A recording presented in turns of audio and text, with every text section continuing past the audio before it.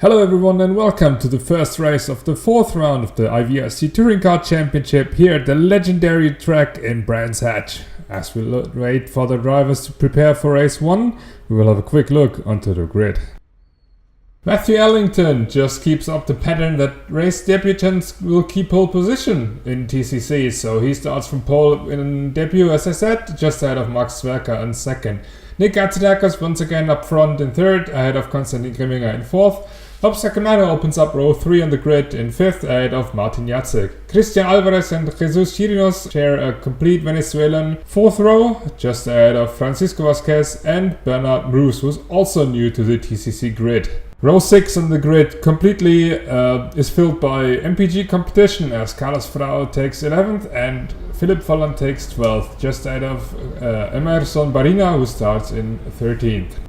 So the drivers are ready, we're all lined up and waiting for the green lights as the lights go on. 2 lights, 3 lights, 4 lights, and we're green at Brands Hatch. Race 1 looks like a good start for Zwerka on the inside, but also Grimminger's up there. And they touch. Grimminger runs wide on the inside and climbs over the hood of Ellington, but yeah, looks like they are fine, and actually looks like Grimminger's taken on to the lead as Folland runs wide in the background.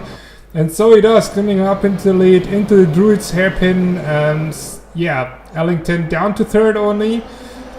Yeah, you know, first start is never easy, as Grimminger and Zwerka fight it out for the lead. Right now, some more cars running wide in the background, and Ellington's lining up a move, or is he? As in the background we see Alvarez and Jacek was that fighting as well, right on board with Ellington right now in his brand new Audi TT Cup car. And now looking onto the track, down this beautiful steep straight, as we now see Ellington trying to make a move up to P2 against Zwerka, and he make it stick for the moment.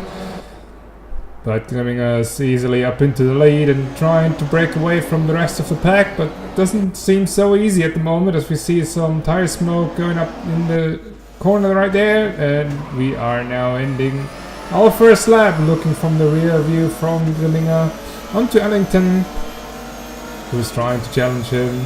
Looking a little bit to the side, of course not trying to make a move into the first corner. A really hard spot to overtake, as they now approach Druid's hairpin for the second time.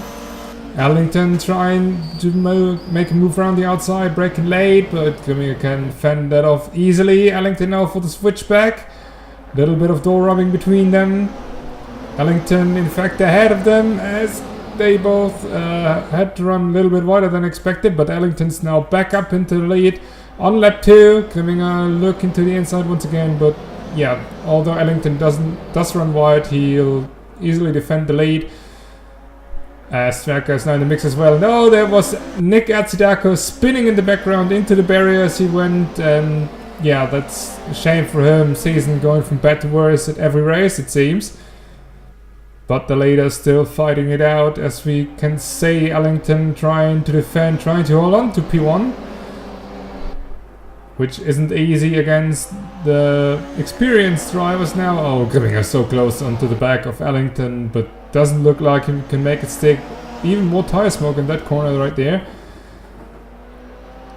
as it doesn't look like we'll have a change on this part of the lap, as Bob Sacamano made the move stick against Francisco Vasquez in the background. Now the field's going down Pilgrim's Drop and up to Hawthorne's Bend. Hawthorne Bend, named after famous Mike Hawthorne. Oh, such a beautiful shot. Seeing the field passing through right here, that's looking really great. And the race director is giving us more scenic shots as we see the field passing through Petakill Bend right now. Who's really looking up the tire right here. As we can see, still fighting out Christian Alvarez versus Martin Jacek, as Alvarez dives up to the inside into Druid's hairpin. Can he make it stick? A little bit of door rubbing on the exit as they approach the next corner. Jacek still aside Alvarez, and they touch big time this time, and Alvarez forced out onto the grass as Bernard Bruce comes into the mix as well. Looking for the inside, but the leaders, we switch back to the battle, of course. 4p4. And looks like Jacek was able to hold on to P4 for the moment, just ahead of Alvarez, yeah, there's Bruce in the mix and Bob Sacamano now as well. Alvarez digging up for the inside once again, now making the possibility for Bruce, but he steps back from it. As we jump onto lap 5, now riding over Bob Sacamano, down Paddock Hill Bend and up to Druid's Hairpin. No positions changed neither at the lead nor in this group, as a lot of tire smoke emerging from Jacek's car right here.